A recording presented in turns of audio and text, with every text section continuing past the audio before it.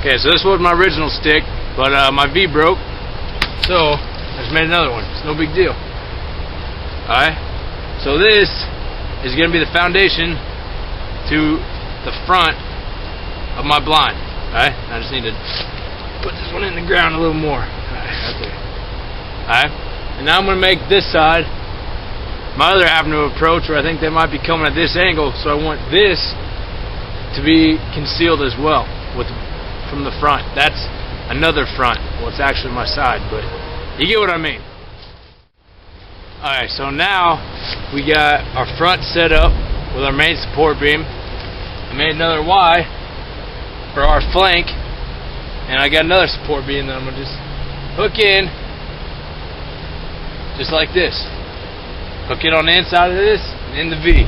And now we have our front and our secondary avenue of approach that our deer might come in at, or whatever game. Doesn't matter. We're talking about deer right now, just to make it easier. So there it is. Now I'm going to show you how to camouflage it.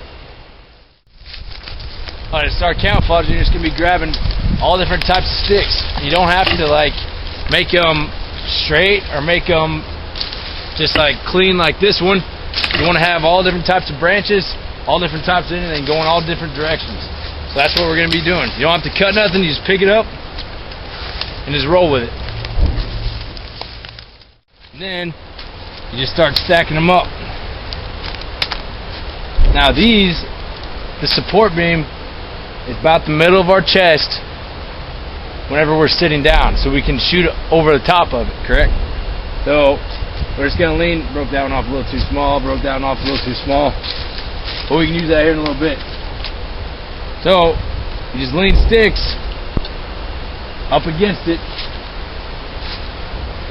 all the way around, making sure you're not going to tip it over, so be careful when you put it on there. We're just going to put sticks up all the way around. Hey, we got, as you can see, we got all these major sticks in here.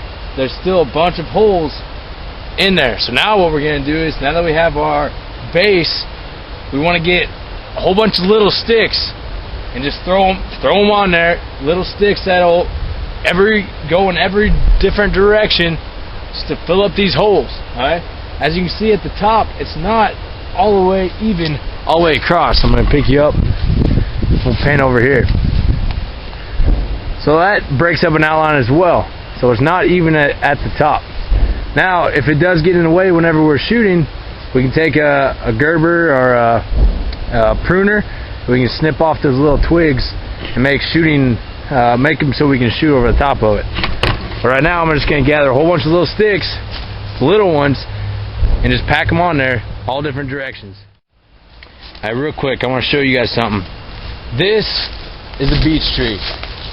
The leaves are kind of like a pear, and they get pointy at the very tip.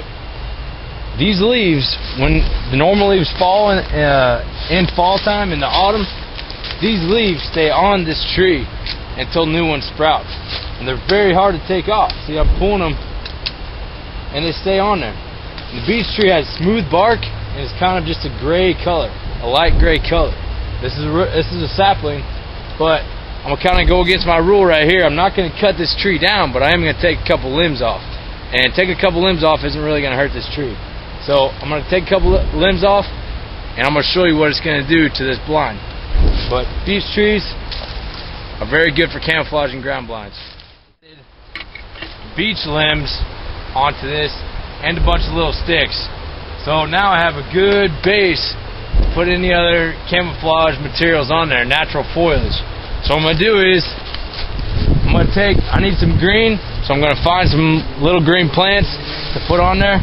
But the thing to remember is, if you do use green, natural live vegetation, it will wilt and turn brown over time. So if you're going to do it before you do a hunt. As soon as you get there in the morning, take a couple branches off a tree, put some green, add some green to it.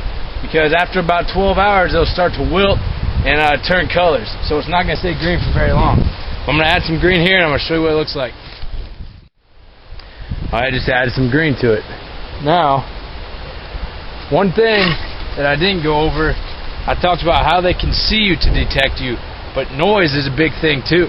So our door, this is my door into my blind. I want to make sure everything is clear. And then on the inside of my blind, right here, all these leaves on the ground, if I have to move to situate my body to engage a deer that comes in, it's gonna rustle these leaves around. It's gonna possibly hear me. So what I'm gonna do is I'm gonna clear it all out. I'm gonna use the leaves from the inside to camouflage the outside. So I'm gonna do that right now.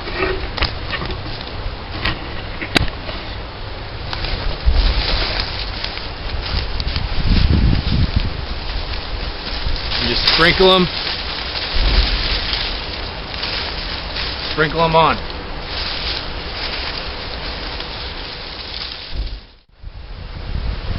Alright, right now you're probably 5 yards away, and as you can see, this does a pretty good job of camouflaging me.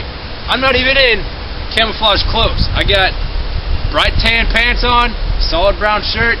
My face isn't camouflaged by a face net or grease paint or nothing like that. So imagine if you were a deer coming in 20 yards away at this old blind on the heavy side that is camouflaged. You wouldn't even know what hit you, alright? So you don't have to go out and buy an expensive blind to set up when you can make one out of the natural things around you. You just gotta make sure you have something behind you that breaks up your outline, and the front, the actual blind, doesn't contrast with the colors in the background. And you gotta make sure your colors and your textures are the same as the surrounding environment around you. But this is how you make a natural ground blind. I hope you guys learned a lot, and there's more to come. Stay with me. Catch you in a bit.